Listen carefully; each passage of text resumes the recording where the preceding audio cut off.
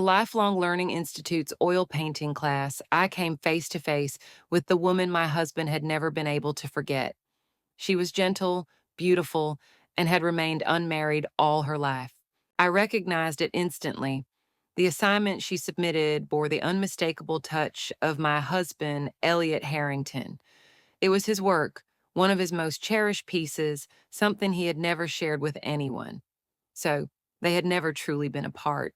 For over 3 decades, they had been secretly seeing each other behind my back. Together, they even ran an art gallery. I lowered my head, staring at my rough, calloused hands, and tears welled up in my eyes. Their 30 years had been filled with passion and romance. Mine had been spent tending to the daily grind of life. And suddenly, I realized I didn't want to keep living the rest of my years like this, 65 years old. For most of my life, I had stayed home, tending to my family, raising my son until he had families of his own. Only recently had I found a sliver of time that was entirely my own, so I signed up for an oil painting class at the Lifelong Learning Institute. I thought, even in my later years, perhaps I could cultivate a shared hobby with my husband. At the registration entrance, a poised and elegant woman stood with an air of quiet grace. Time had been unusually kind to her. Her hair was completely silver, yet her complexion was radiant, her presence striking. She was the kind of woman who had been cherished her whole life, never having to expend unnecessary effort just to get by. "Excuse me, is this where I sign up for the oil painting class?" Before I knew it, I had stepped forward, inexplicably drawn to her, compelled to speak. Maybe deep down, I had always longed for a life like hers, unfettered, effortless, untouched by exhaustion. She turned toward me with a warm, gentle smile. "Yes, this is the painting class. That means we're classmates now. I'm Eleanor. Nice to meet you." There was an openness about her, a natural charm that made it impossible not to like her. And just like that, we became friends. I spent the entire day in her company, and it was pleasant. By evening, as we stood outside the campus gates, Eleanor turned to me. "Would you like to grab a quick bite? Maybe go for a spa session after?" I quickly shook my head, a deep ingrained sense of inferiority washing over me. I still have to get home and make dinner for my family, but thank you for the invite. The moment the words left my mouth, I felt like a foolish, embarrassed child, clutching my worn black tote as I hurried away. As I turned my back on her, my entire body trembled. The tears I had been holding back finally spilled over. I had seen Eleanor before, just a week ago, when I first visited the Lifelong Learning Institute. That day, she had been turning in an assignment to our painting instructor. She introduced it as a piece painted by her longtime boyfriend, which she had carefully copied. It was so well done that the instructor showcased it to the entire class. And from the other side of the glass window, I had recognized that painting in an instant. That unmistakable style, it was my husband's, Elliot Harrington's, one of his most treasured works, one he had never displayed to anyone. Decades of marriage had forged an unspoken understanding between us, and yet it was in that very moment that I was confronted with a cruel, undeniable truth.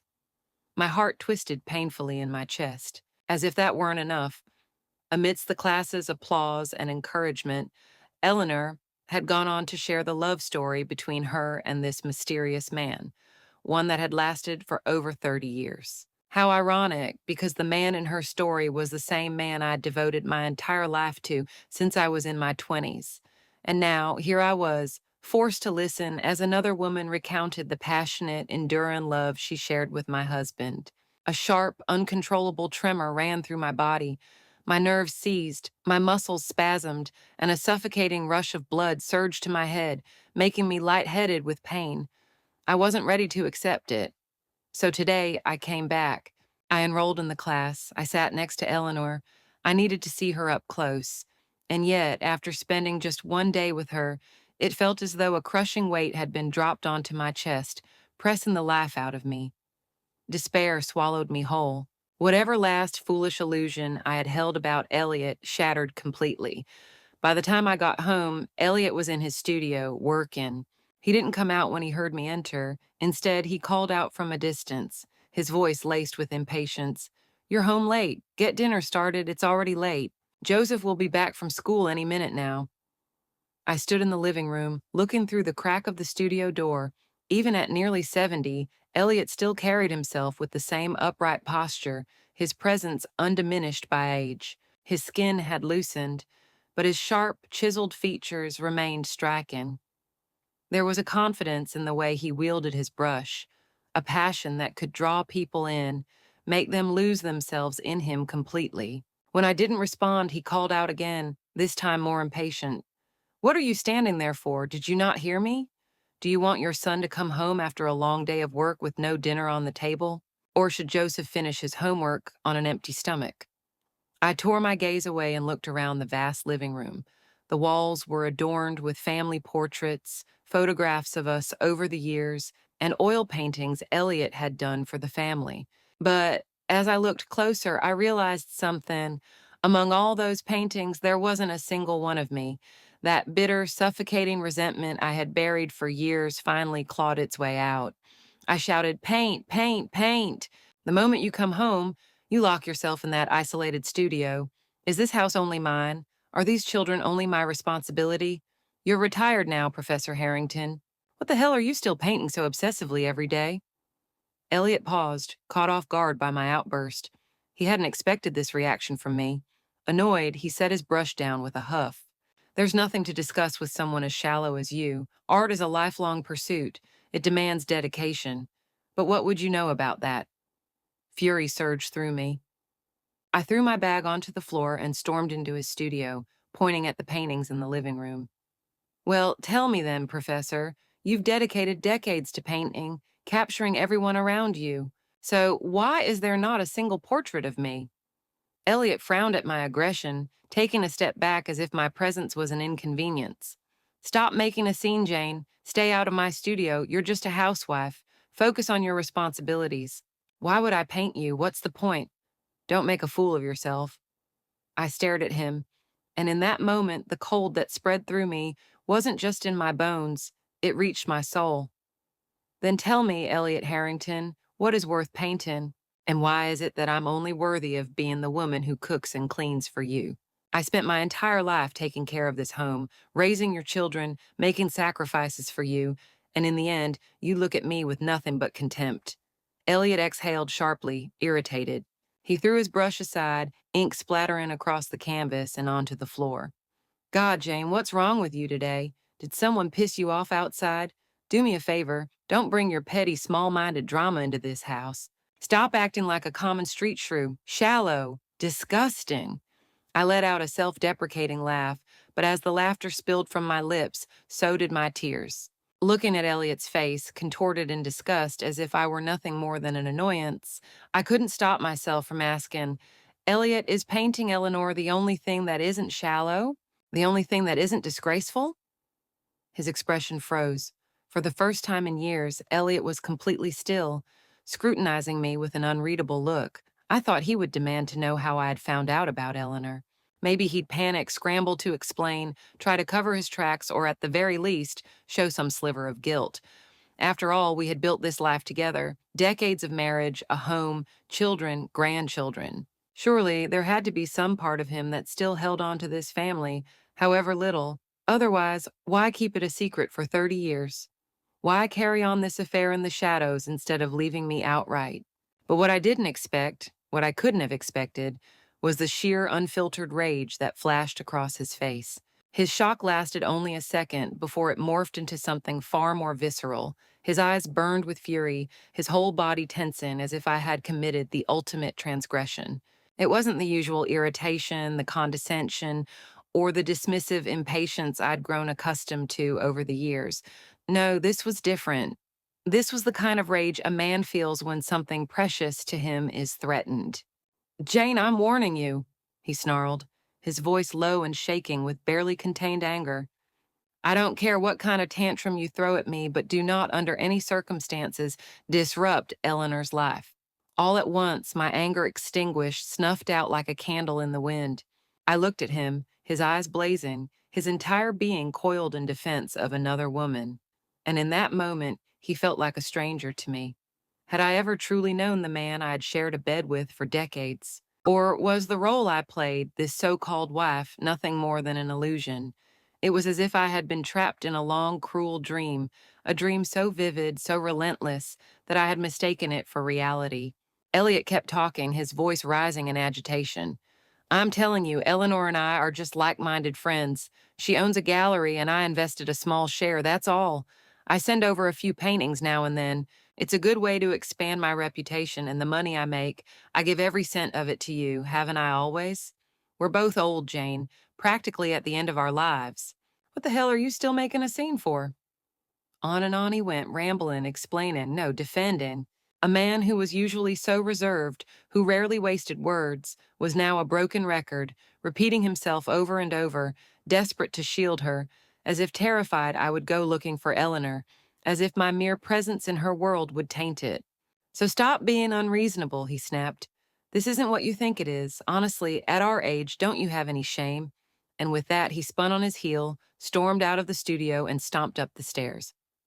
A moment later, the bedroom door slammed shut with a resounding bang. Silence swallowed the household, a silence so deep that I could hear the slow, mechanical ticking of the grandfather clock in the living room. I leaned against Elliot's work table, my legs giving way as I slowly sank to the floor. My body, worn down by years of exhaustion and sacrifice, protested with a dull, heavy groan. And then finally, I just let myself collapse, landing in an ungraceful heap, like a clown in a traveling circus, except there was no audience, no laughter, nothing left to call it but pathetic. Not long after, my phone started ringing incessantly, pulling me out of my daze. It was my son. I swallowed my tears and answered, only to be met with Juan's sharp, impatient voice, firing accusations at me without pause. Mom, Dad just called me, fuming, said there's no dinner at home tonight and told us to eat out. He said you lost your mind over nothing and refused to cook. Seriously, what the hell are you doing? Are you having late onset menopause or something? You're in your 60s. What are you even throwing a fit about? Dad already explained everything. Aunt Eleanor is refined and sophisticated, with a deep understanding of art. They're just kindred spirits, that's all. Stop being so paranoid. We have enough stress at work already. You don't need to stir up drama and make the house unbearable. His words landed like a barrage of slaps, hitting me one after another, each one colder, harsher, more dismissive than the last.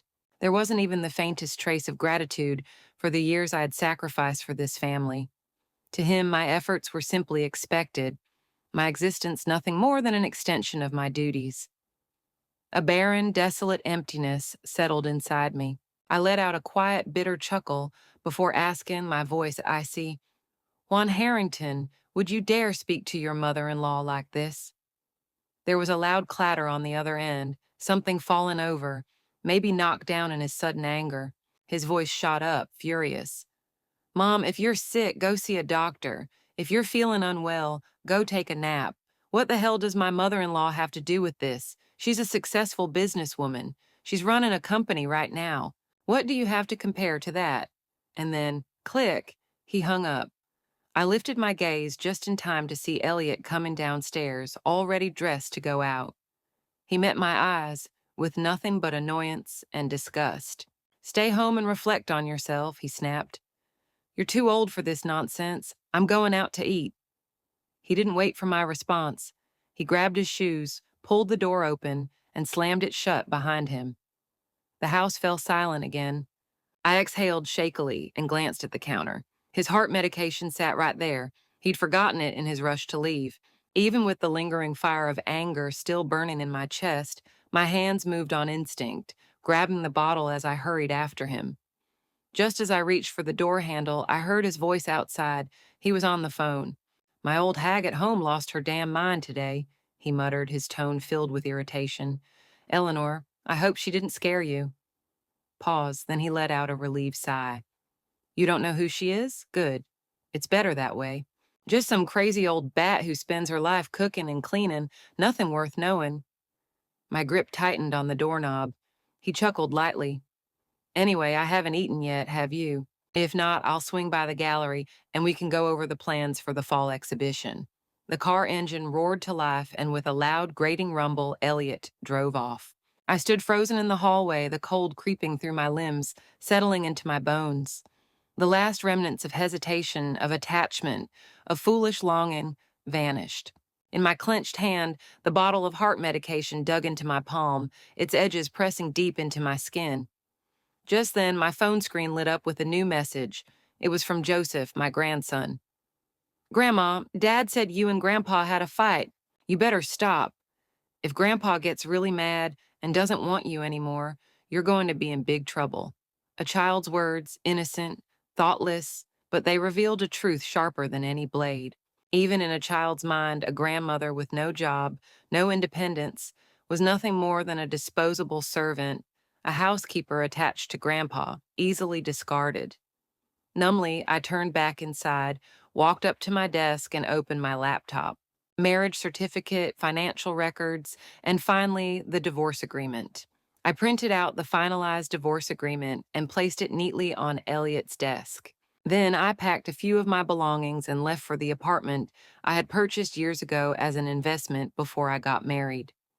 What was once a pristine, modern space had aged into something worn and neglected. It took me quite some time to clean it up, but when I finally lay down on the bed, I couldn't help but think, had my life turned out the same way? Had I, too, lost all traces of who I once was? My phone buzzed constantly, filled with missed calls and messages. Elliot, Juan, every single one of them held the same accusations. I was being immature. I was too old to be acting like a rebellious teenager running away from home. I blocked them all. For the first time in decades, I was in a space that was mine, and I allowed myself to sleep. Decades of waking before dawn, working tirelessly to keep that house running, had worn me down. The years of sleepless nights had aged me beyond my time, making me look far older than I actually was. Because in truth, I was 5 years younger than Elliot. When we first met, I was the prettiest girl in town. Boys would chase after me, trying to win my favor. Back then, Elliot was just an art teacher at the local public elementary school. His parents had died in a wildfire, leaving him with nothing. No family, no money, not even decent clothes to wear. But even in his misfortune, he held himself with the quiet arrogance of an artist, distant and untouchable. I suppose that's what drew me to him in the end, the quiet confidence, the unyielding pride despite his circumstances. In those days, struggling artists were seen as foolish, useless. He had no wealth, no stability, and no future to offer. People mocked him, bullied him, called him a lost cause. So I started bringing him meals in secret, making sure he had something warm to eat. Every penny I managed to save, I spent on eggs and vegetables for him, making sure he had enough nutrition to get by. Eventually, Elliot got into college and left our small town. And even though we weren't engaged, I took care of him, his laundry, his meals, anything and everything, so he could focus on his studies and his art, free from any distractions. Later, despite having no wedding, no financial security, and no blessings from friends or family, I still married him without hesitation. I can still remember how he held my hands back then, looking at me with nothing but devotion. Jane, marrying you is the greatest honor of my life. And now, decades later, I had become the most repulsive thing in his world. After a few days of rest, my body and mind finally began to recover. Clarity settled in. The haze of years of sacrifice and neglect lifted, and I saw things for what they truly were. So I called Elliot. The moment he picked up, his voice, though weary, carried a note of reluctant compromise. Jane, enough is enough. Come home. The whole house is a mess without you. I was standing on the apartment balcony, watering the small potted plants I had picked up to brighten the place. I curled my lips into a faint smile. Elliot, I've spent decades taking care of you. Now that we're nearing the end, I think I'd like to take a few years to live for myself. Whatever happens to that house, it's no longer my concern. Before Elliot could respond, Juan's voice suddenly took over the line, filled with frustration. Mom, Susie, and I are both swamped with work, and Joseph has no one to take care of him. He comes home from school to an empty house and eats fast food every night. Dad doesn't even have clean clothes to wear. The place is a disaster. Just stop already and come back. I lowered my gaze, looking at my hands. Hands that had scrubbed floors, cooked meals, folded laundry. Hands that had once been soft and delicate but were now lined with wrinkles, rough from years of unappreciated labor. I won't be coming back. My voice was steady, final. For years, I sacrificed everything to support your father's dream, and in the end, you all dismissed me as some unreasonable, crazy woman. And you, Juan, you're an adult now. You have your own family. You, more than anyone, should understand how hard it is to keep a household running. You should know how exhausting it is to take care of others. But instead of gratitude, all you feel is entitlement. You think I was meant to be your caretaker, that I was born to serve this family? Well, not anymore. I took a deep breath, steadying myself. From now on, unless it's absolutely necessary, don't contact me. I've spent my whole life living for others. It's time I lived for myself. Elliot refused to agree to the divorce. Juan, on the other hand, bombarded me with texts and calls, berating me for being an old woman acting out of line. I ignored all of it. Instead, I hired a lawyer and gave him full authority to proceed with filing for divorce. In the meantime, I withdrew from the Lifelong Learning Institute's painting course. Then, after some research, I found a private flight school. The staff stared at me in disbelief as I filled out the registration form and passed the medical exam, officially becoming their oldest student. I also visited a high-end cosmetic clinic and signed up for a full package beauty treatment.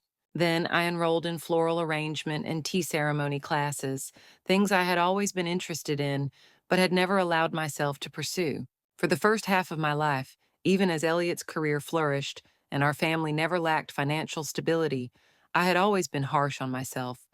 I scrimped and saved, ensuring that every penny went toward my family's needs instead of my own. I poured every ounce of love and patience into taking care of everyone.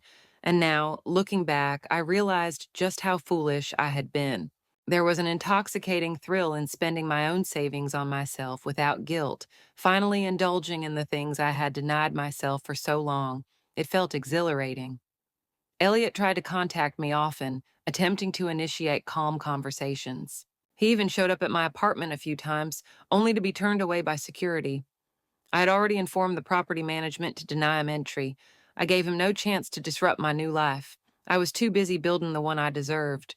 My schedule filled up rapidly. Every day was full, purposeful, joyful. I even joined a yoga class and started shedding the weight I had carried for years. Through these new experiences, I met incredible people, like-minded, independent, and full of life. We spent our afternoons sipping tea, playing poker, and exchanging stories about rediscovering ourselves.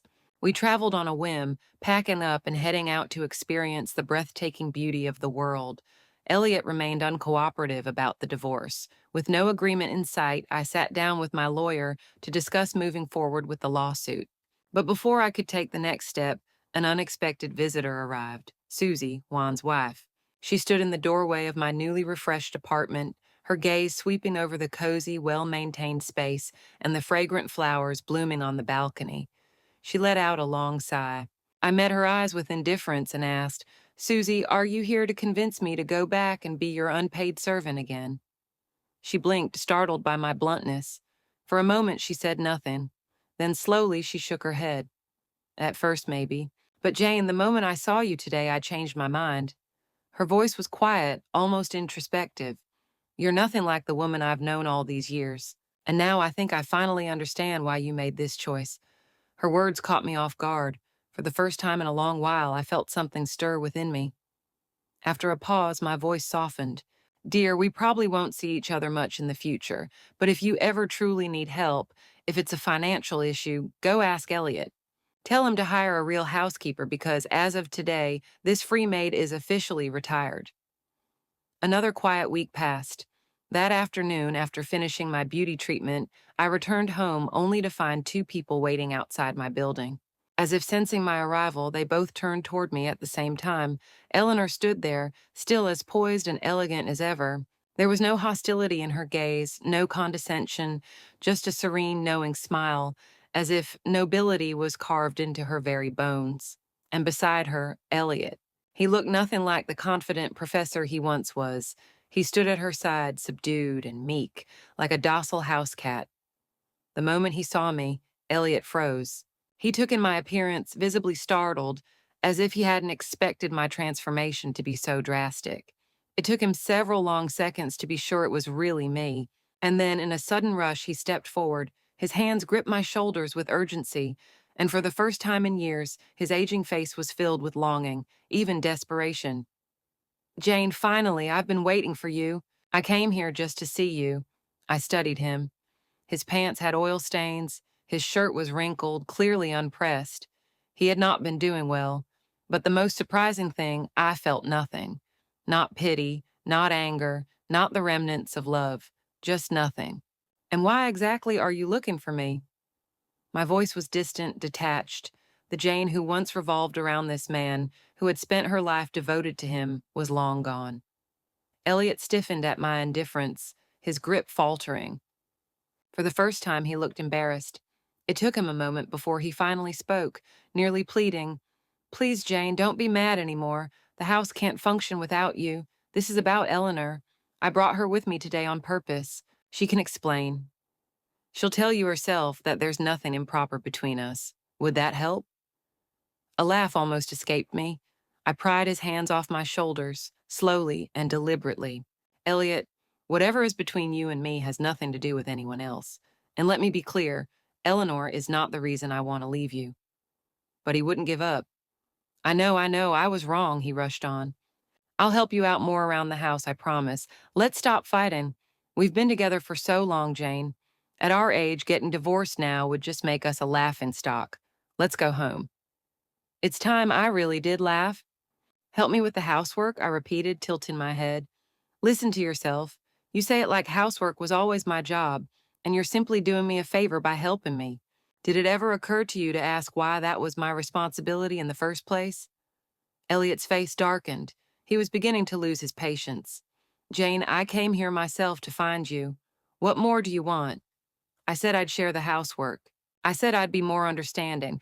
What else do you want from me? Enough is enough." I stared at him, expressionless. Suddenly, I felt exhausted. I had no interest in explaining anything to him anymore. Just then, Eleanor, who had been silent the entire time, gently tugged on Elliot's arm.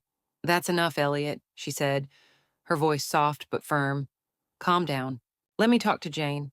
And to my complete surprise, the man who had been arguing with me just seconds ago immediately backed down, like a well-trained pet. He actually listened to her. Eleanor stepped forward, facing me with the quiet confidence of someone who had never had to explain herself to anyone. She wore a silk dress that clung to her with effortless grace, exuding the kind of wealth that never had to be flaunted. She met my gaze with composure, with ease, as if she had nothing to feel guilty about. "Jane," she said smoothly, "we were classmates once, and for at least one day, we were friends. Would you do me the courtesy of a conversation?" In the cafe, next to my apartment, the two of us sat across from each other, two old women facing off in quiet confrontation. The silence stretched between us for several minutes before Eleanor finally broke it. She absently tucked a stray wisp of hair behind her ear, her smile graceful, polished. "I think you may have misunderstood my relationship with Elliot," she began lightly. "Perhaps once in our youth we felt something more than friendship, but that was a fleeting moment long ago." I said nothing, merely watching her, waiting for her to spill every word she had come to say. "I never married," she continued. "I always saw marriage as a cage. I wanted to dedicate my life to art. When I first met Elliot, yes, I was drawn to his uniqueness, his talent. We shared the same passions, the same aspirations. We had much to talk about. But Elliot has always been a man of responsibility. We never did anything to betray you." A sudden laugh escaped me, sharp and unrestrained, cutting through her carefully curated narrative. "And what exactly counts as a betrayal?" I asked, tilting my head. "Is it only when bodies intertwine? Does it mean that as long as you didn't cross that final line, I should swallow my grievances and accept the fact that for decades, Elliot's heart was never truly with me?" Eleanor's smile faltered just slightly, the warmth in her expression turning stiff and unnatural. "That's not what I meant," she said, her voice still smooth but noticeably more cautious. "I only wanted to clarify things for you." I shook my head, my tone calm, unbothered. "You don't need to. The truth is, I don't care anymore. Whether you two spent 30 years exchanging nothing more than words, or whether it went beyond that, none of it matters to me. What I resent isn't that you existed in his life. It's that I wasted so many years of mine on a man who was never worth it." I leaned back, watching her carefully. And let's be honest, you, Elliot, even my own children, you all struggle to understand why I'm choosing to walk away so late in life. You think I should just endure it, let things stay as they are. But the thing is, Eleanor, I don't need your understanding. I don't need anyone's validation. I just refuse to leave this world carrying regrets. I want to find the me I lost. Eleanor had already regained her composure, smoothing over whatever crack had briefly appeared in her polished facade. Jane, she said, still smiling, if you truly didn't blame him, we wouldn't be having this conversation. You wouldn't be so angry. That's why I'm explaining, so you understand there was nothing improper between us. I had no patience left for this. I signaled for the waiter, paid for our coffee, and stood, looking down at her. I spoke with a quiet, deliberate certainty. Whether I blame him or not is my concern. And Eleanor, this is not your battle to fight. But don't worry. Soon enough, I'll be free of him. Then whatever romantic notions you two have can finally step out of the shadows. Whether it's a meeting of the minds or a union of the bodies, whatever you choose, it will no longer concern me. Without another word, I turned and walked out of the cafe. Elliot was waiting just outside. His face was weary, lined with exhaustion, and something that almost resembled remorse. As I passed, he reached out instinctively, trying to grab my hand. I sidestepped him with ease. Eleanor soon followed, slipping naturally to his side. The two of them stood together, framed against the setting sun, an old man and an elegant woman, their silver hair catching the light, their presence seamlessly matched. At a glance, they looked perfect together, the same selfishness, the same pretense, the same carefully crafted illusion of refinement. I turned to Elliot one last time, my voice steady, unwavering. Elliot Harrington, you're almost 70 years old. You spent a lifetime lying to yourself. Maybe you even believe you've done the honorable thing, keeping me around despite your wandering heart, convincing yourself that your self-restraint was a sign of integrity. But let me be clear, I don't buy it. We were married for over 40 years, and for 30 of them, your attention was elsewhere. And even now, you still try to hide it, still refuse to own up to the truth. I pity you.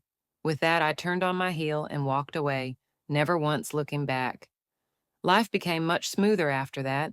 My flight lessons were going exceptionally well, and word had spread about me at the academy.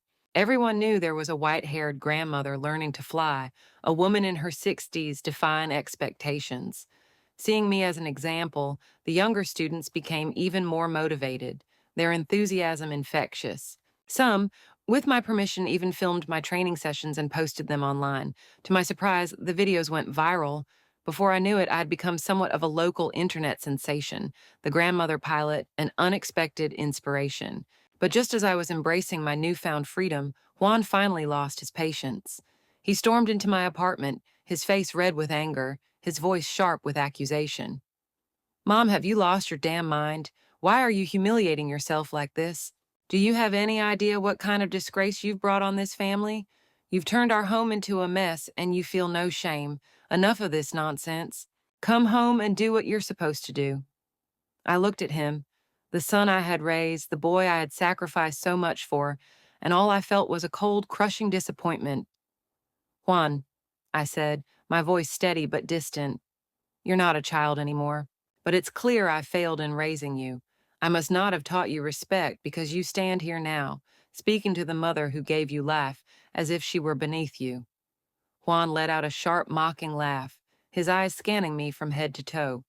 You, he sneered. You're nothing more than a parasite in the Harrington family. Without my father, where would you be? Do you really think you'd have lived such a comfortable life if not for him? You were just some nobody from a backwater town. You should be grateful that you got to marry my dad and serve him all these years. It's the best thing that ever happened to you. And now you think losing some weight, getting a few beauty treatments, and picking up fancy hobbies makes you, Eleanor? Makes you refined? Tears welled up in my eyes, but not from sadness, from sheer, unfiltered disgust. I shook my head, looking at the stranger in front of me. If that's how you see me, Juan, I said, my voice shaking but firm, then go find yourself a mother who suits your tastes. But don't ever come looking for me again. Juan slammed his hands down on the table, his face twisting with rage. Fine, he roared. Jane Moore, from this day forward, you are not my mother. I gave you a chance to come back, and you refused. When you realize you made a mistake, when you come crawling back, don't you dare ask me or Dad for anything." Then, with one final display of fury, he kicked over the trash bin in my living room, sending its contents flying across the floor. And then he was gone, the door slamming behind him. I stood in the wreckage of the moment, watching as dust and debris settled in the air.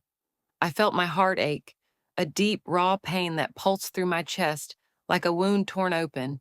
But after the pain came something else, relief, because now I had finally seen them all for who they truly were, their selfishness, their cold indifference. And I felt nothing but gratitude, gratitude that I had made the choice to leave while I still had time. If I had one regret, it was only this: I should have woken up sooner. On the way home from my final floral arrangement class, I passed by a shopping mall and decided to stop in to buy some new vases to replace the old ones in my apartment. The moment I stepped inside, I saw them. Elliot was fawning over Eleanor, carrying her bags as she leisurely browsed through the store. Behind them, Juan, Susie, and their child followed, their hands full of shopping bags, clearly enjoying a successful spree. "Eleanor, you have the best taste," Juan said, with admiration. "The clothes you picked out for us today are so stylish. I'll wear mine to work tomorrow. Everyone's going to be impressed." Eleanor smiled graciously. "Well, you take after your father. Good figure, good looks. You should dress well to match your natural elegance." Juan beamed at the compliment, laughing as he replied, "Exactly, not like my mom. She always bought me those cheap, ugly clothes with no sense of style." Elliot, ever the doting companion, handed Eleanor a thermos cup and massaged her shoulders affectionately. "You must be exhausted after today. Here, drink some water. Let's go have dinner and rest." I stood at a distance, watching the scene unfold, my lips curling into a mocking smile. They had never enjoyed shopping with me. They used to say I dressed too frumpy, that I was overweight, that walking beside me in public was embarrassing. On the rare occasions when we did go out together, they would always keep their distance, as if pretending we weren't even a family. But then, something unexpected happened. Susie, who had been silent and expressionless until now, suddenly spoke up. "Juan, how can you talk about your mother like that?" Juan shot her an annoyed glare. "You don't get it. Stop being so naive. You should learn from Aunt Eleanor. Graceful, sophisticated. That's how a woman should be." Eleanor raised an eyebrow, casting a calculating glance at Susie. After a brief pause, she pulled a jewelry box from one of the shopping bags and handed it to her. "Susie, this is for you. I think we get along well. I hope we can continue to be close." Susie didn't take it. Instead, she leveled Eleanor with a cold stare. "Eleanor, don't you think this is a bit inappropriate? After all, Jane and Elliot haven't even finalized their divorce yet. Shouldn't you at least wait until everything is settled before playing the role of the rightful woman by his side?" A visible flush spread across Eleanor's face. She waved a hand dismissively, clearly caught off guard. "You misunderstand. I'm not interested in marriage. I've always believed in staying independent. Elliot and I simply have a strong connection, nothing more. Whether Jane and Elliot divorce or not, it has nothing to do with me. Please, please don't make it sound like I'm trying to claim him." For the first time, Elliot's blissful expression faltered. He looked utterly stunned, as if he had never expected Eleanor to say such words in front of Juan and Susie. His mouth opened slightly, but no words came out. A scoff escaped Susie as she turned away, ready to leave, only to lock eyes with me across the store. The moment she did, everyone else followed her gaze and saw me standing there, their faces twisted into varying degrees of shock, guilt, and discomfort. I casually adjusted my freshly trimmed hair and walked toward them, my heels clicking against the polished floor. "Elliot," I said smoothly, "since I ran into you here, there's no need for me to call. The court hearing for our divorce is scheduled for next Monday. Make sure you show up on time. No more games, no more delays. Let's get this done so you can finally welcome your soulmate into your life properly." Then I turned to Susie, offering her a kind smile before gently patting her shoulder. "Sweetheart, Juan doesn't deserve you." My voice was soft but firm. "Think carefully about your future. If you're smart, you'll leave him sooner rather than later, before you end up wasting your whole life the way I did." And with that, I turned and walked away, never looking back. After our final hearing, Elliot and I finally reached an agreement. The judge announced our divorce was official, and soon the decree would arrive in the mail. As we stepped out of the courthouse, Elliot hesitated, then reached out and tugged lightly at my sleeve. Jane, whether you believe me or not, I need to say this. I never wanted to divorce you. I let out a sharp, derisive laugh. Oh, I believe you, I said. You never wanted a divorce. You just wanted a wife at home to cook and clean for you while keeping a kindred spirit on the side to indulge your little artistic fantasies. His face flushed red, then turned pale. Hey, Jane, why have you become so bitter? He snapped. Be honest with yourself. Have I ever mistreated you? I earned money and gave it all to you. I always came home on time. I never even argued with you about Eleanor. What else do you want? I waved a hand dismissively. There was nothing left to say. We're past the point of having these conversations, Elliot Harrington. I made sure to use his full name, as if addressing a stranger. Take care of yourself. And with that, I turned and walked away. I had far more important things to do than stand here and argue with a man who had never truly seen me. After that, I never spared another thought for Elliot or Juan. I threw myself fully into my flight training, my new life, my new dreams. Then, by pure chance, a local television station caught wind of my story.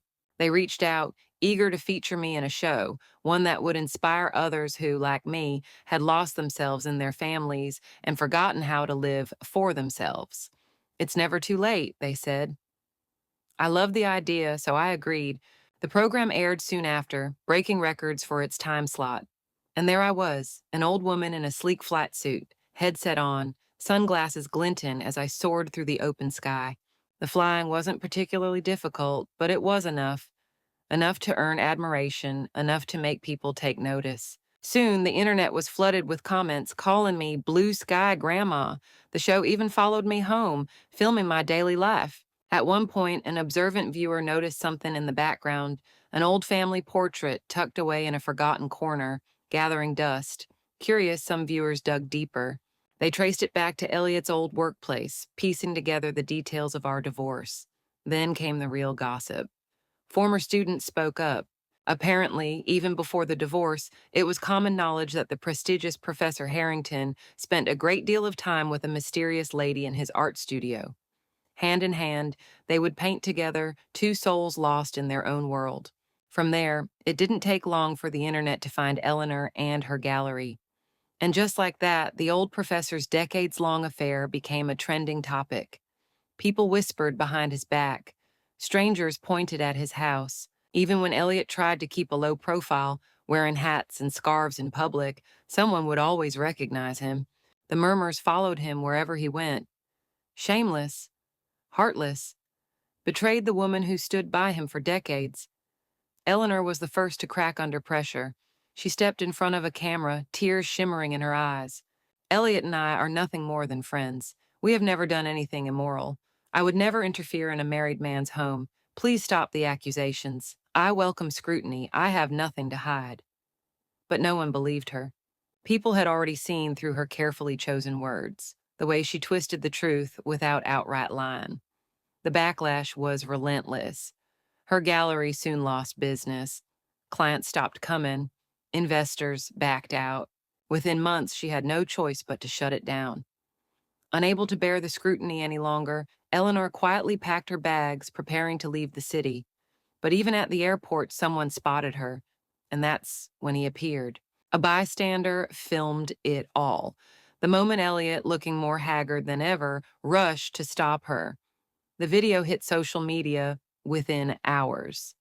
Eleanor, you can't just leave, Elliot pleaded, desperation in his voice. What about me? I divorced Jane for you. Soon all of this will blow over. No one will care anymore. We can finally be together. Eleanor wrenched her arm out of his grip, her expression twisting with disgust. You used to be elegant, she sneered. You dressed well, carried yourself with dignity. But look at you now, unkempt, filthy, pathetic. And with that, she walked away, leaving Elliot standing there, stunned, as if she had just shattered his entire world. I closed the video with a flick of my finger. Instead, I turned my attention back to the flowers on my balcony, adjusting their placement in the afternoon sunlight. Then a new message popped up on my phone from Susie. Mom, I'm filing for divorce from Juan. I don't want my son growing up with him as a role model. I let out a quiet chuckle, then typed back a single word. Good. The years passed, and Elliot searched for me countless times. I never saw him. Juan reached out frequently as well, saying he regretted everything and hoped I could forgive him. Each time, I only gave him the same response. If you truly regret it, then provide well for Susie. Be a responsible father. My life was peaceful, fulfilling. Another year went by. Then, unexpectedly, Elliot, who had always been in good health, suffered a stroke. The news reached me while I was in the middle of a business meeting with my flight academy instructor discussing a promotional partnership. I had been chosen as their brand ambassador, and together we were preparing to launch a full-scale industry chain. At long last, even in my later years, I had my own career. Still, out of the history we once shared, I made time in my schedule to visit him at the hospital. When I arrived, Elliot lay in bed, his once sharp features distorted by illness. His mouth sagged, saliva pooling at the corner of his lips. Even speaking was beyond him now. He could only manage garbled, incoherent sounds. I bent down looking at him. Once he had been a proud and passionate artist, the man I had once loved so deeply, the man for whom I had given everything. Now, his arrogance had vanished. His gaze was vacant, dull, his mouth twisted in frustration as he struggled to form words. Time spares no one, least of all those who must finally reap what they have sown. I stood there in silence, memories flashing through my mind. The young man I met in our small town, the sacrifices I made so he could pursue his dreams, the family we built together, his rising success, his growing reputation. Me. I had spent decades running a household, supporting him, believing in him, only to realize in the end that I had been nothing more than a shadow in his life. Yet, as I looked at him now, frail, broken, alone, I felt no hatred, no satisfaction, only closure. With a quiet sigh, I reached into my bag, took out a clean handkerchief, and gently wiped the saliva from his chin. His eyes shifted to me, full of something I hadn't seen before: guilt, regret, maybe even shame, but beneath all that, his pride still lingered. Even now, lying powerless in a hospital bed, he struggled to let go of the man he used to be. Elliot, I murmured, my voice calm, do you remember what you told me when we got married? His lips trembled, but no sound came. You said that marrying me was the greatest honor of your life. His eyes flickered, a weak tremor passed through his fingers. I smiled faintly, without sadness, without anger, just resignation. But in the end, Elliot, you never truly cherished that honor. Tears welled in his eyes. His skeletal hand trembled, lifting slightly, reaching for mine, but he no longer had the strength. I hesitated, then took his hand in mine. Once, his hands had been strong, warm, capable of crafting beauty. Now they were thin, fragile, speckled with age, drained of life. The doctors say you'll survive, I told him softly, but you'll need long-term care. I won't be the one to provide it. A single tear slipped down his cheek. He blinked rapidly, as if to ask why. It's not because I still love you, and it's not because I can't let go, I said, shaking my head. It's because I refuse to become you. You spent decades ignoring me, treating me like a background character in your life. Now you finally know what loneliness feels like. I let out a small breath. But I won't let bitterness consume me the way it consumed you. I've already made my choice to let go, to forgive. Elliot's gaze turned desperate, struggling to process my words. He tried again to speak, but the sounds that came out were nothing more than fragmented, incoherent syllables. I didn't wait to hear them. I gently released his hand, stood up, and stepped back. Take care of yourself, Elliot. I gave him one last glance, then turned and walked away. Stepping out of the hospital, I took a deep breath. The sun was warm against my skin, its golden light wrapping around me like an embrace. I tilted my head back, letting the warmth seep in. Feeling it reach places inside me that had been cold for far too long, I was free. For so many years, I had been trapped in a marriage that erased me. I had willingly made myself invisible, setting aside my dreams and desires, convincing myself that my role was to serve, to sacrifice, to endure. But now I had learned to live for myself. I was no longer a woman tied to anyone else. I was independent, fearless, and filled with the boundless possibility of Jane. On my way home, I took a detour, the Flight Academy. I stood before the hangar, gazing at the sleek, glistening planes lined up before me, their wings stretching toward the sky. A thrill ran through me, an excitement I hadn't felt in decades. My life was just beginning. Jane, you came at the perfect time. My instructor strode toward me, grinning as he clapped a hand on my shoulder. Your private pilot's license has been approved. You're officially ready for solo flight tomorrow. I smiled, my gaze steady as I looked up at the vast blue sky. If tomorrow, I would fly by myself. The next day, I zipped up my flight suit, slipped on my sunglasses, and stepped into the cockpit. As the plane taxied forward, my pulse quickened in time with the rumbling beneath me. My hands tightened around the controls. In my headset, the tower's voice came through steady and clear. Blue sky, Grandma, you are cleared for takeoff. I exhaled, lips curving slightly. Understood. And then I pushed the throttle forward. The plane surged ahead, gathering speed, wheels lifting off the earth. And just like that, I was flying. As I broke free from the limits of the ground, soaring higher and higher into the open sky, my heart lifted with me. For so long, my life had been confined, trapped in kitchens and routines, in the weight of other people's expectations. But no more. From this moment forward, I would live on my terms. I glanced down at the world below, the pain, the betrayals, the tears of my past. All of it was small, distant, powerless against the woman I had become. I spread my arms wide, embracing the endless sky, embracing my freedom. As it was true, it's never too late.